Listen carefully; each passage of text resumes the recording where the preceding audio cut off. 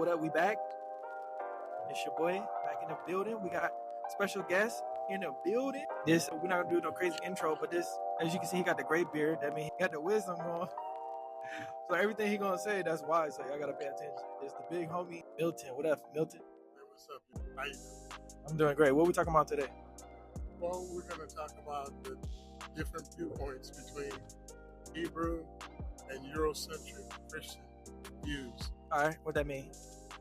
Well, there's a Hebrew Bible with a Hebrew people that were living 2,000 plus years ago, 2,500 plus years ago, and they were in the Canaan land, and they were trying to establish a kingdom, and the Lord had chosen to establish his kingdom.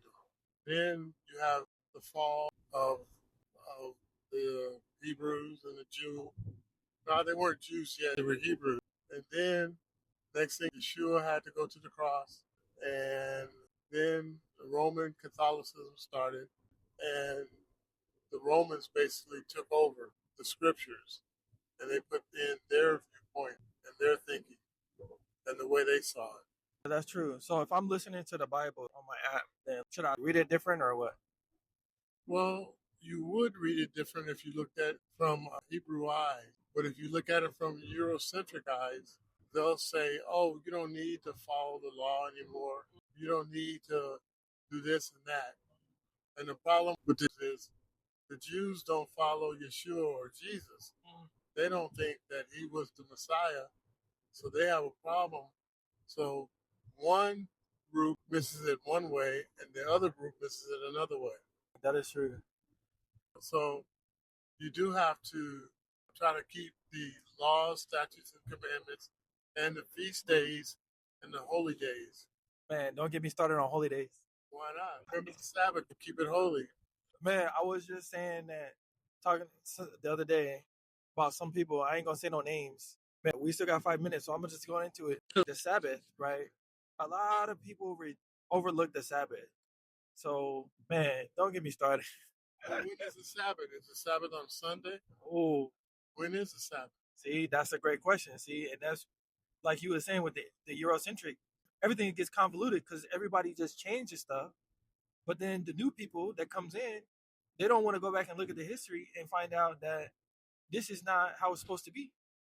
So you got to go back just to figure out which day is the right Saturday or the Sabbath day, which should be the seventh day.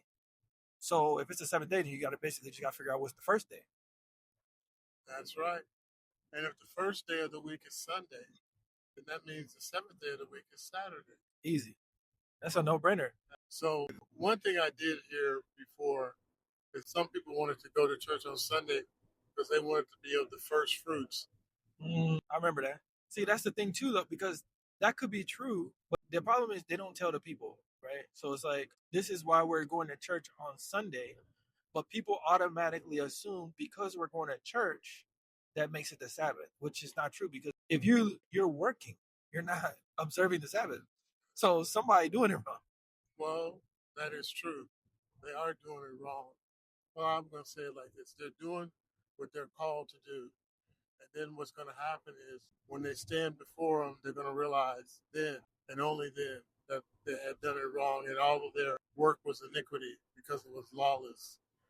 They didn't reach into the scriptures enough to find out what the law says. And the law is remember the Sabbath and keep it holy. And so the Sabbath is a sign. It says in Isaiah 58, that it's a sign between Yahusha and us, those who keep the Sabbath.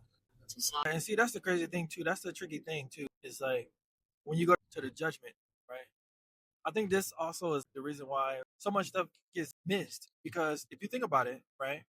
Let's say if you're doing it wrong the whole time you're on earth, but let's say even though you did it wrong, you had enough grace because you believe in Lord Jesus that when you went to judgment, you didn't get judged to the point where Jesus didn't even bring it up, right? Because that's how it happens. If you're forgiven, it's like you never did it.